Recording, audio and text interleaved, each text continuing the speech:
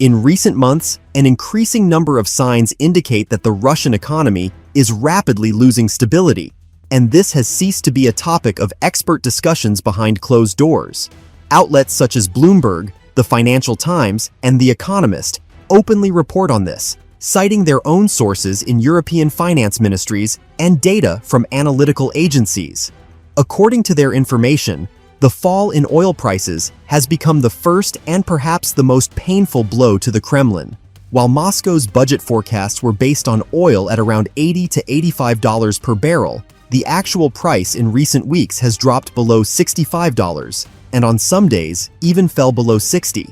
For an economy dependent on oil and gas revenues for more than half of its income, this is a catastrophe, and according to experts from the International Energy Agency, Russia is losing up to $1 billion a week solely due to changing oil prices.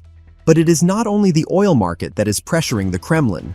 Successful Ukrainian drone attacks on oil refineries inside Russia, recorded in the Samara, Nizhny Novgorod, and Kursk regions, have further worsened the situation.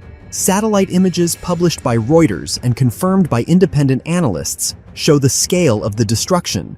Fuel storage tanks have been destroyed, primary processing units damaged, and most importantly, logistics chains disrupted, reducing Russia's export capacity in the coming months. This is not just a temporary disruption, but a structural problem, as restoring the refineries could take years and cost billions of dollars that the budget no longer has. Western sanctions only intensify the pressure. New restrictions from the European Union and the United States, reported by Politico and the Wall Street Journal, have affected not only the supply of technologies and equipment, but also introduced secondary sanctions against companies from China and Turkey that had previously supplied Russia with critically important components. As a result, Moscow is losing alternative supply channels and is forced to operate with outdated equipment, further reducing the efficiency of its oil and gas industries. All this is reflected in the budget. According to the Russian Ministry of Finance, the budget deficit in 2025 has already reached 5 trillion rubles, which is 5 times higher than last year's level. Insiders interviewed by journalists from the Financial Times admit that the real deficit may be even larger, since part of the expenditures is hidden in so-called classified articles related to the war against Ukraine. While official propaganda claims that the economy has adapted sustainably, behind the scenes, the government is discussing the possibility of emergency ruble issuance and covert borrowing through state banks, which will inevitably accelerate inflation. Analysts at Bank of America, in a confidential report excerpts of which were published by Bloomberg, note that if the current trend continues, by the end of 2025, the deficit could exceed 8 trillion rubles, and Russia risks facing a currency crisis comparable to that of 1998. Against this backdrop, as The Economist points out, Putin and his inner circle increasingly view foreign policy provocations as a way to divert public attention and intimidate the West. The first alarming signal came from reports of dozens of drones launched by the Russian side at airports in Europe. The attacks initially targeted Poland, where operations at the Rzeszów airport, a key hub for military aid to Ukraine, were temporarily paralyzed.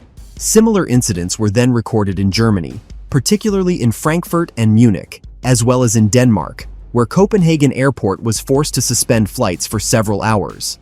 According to Reuters, Western intelligence services consider these attacks to be demonstrative, intended to show that Moscow is ready to expand the war beyond Ukraine, even if only in the form of limited drone strikes. At the same time, Russia's military presence in Belarus is increasing.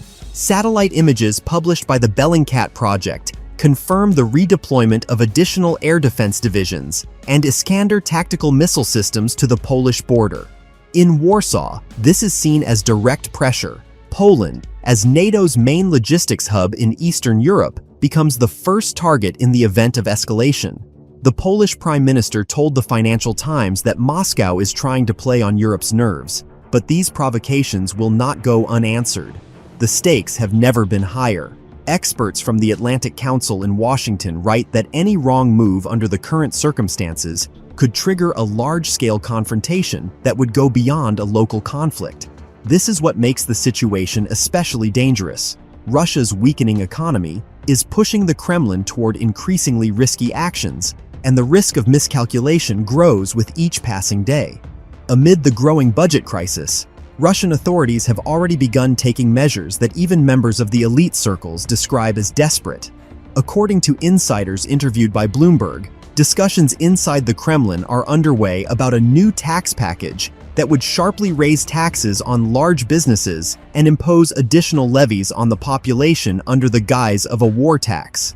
Independent economists estimate that the real tax burden on small and medium-sized businesses could rise by nearly 1/3, leading to mass closures of enterprises. In private conversations, entrepreneurs describe the situation as suffocation from within, since access to credit is practically non-existent.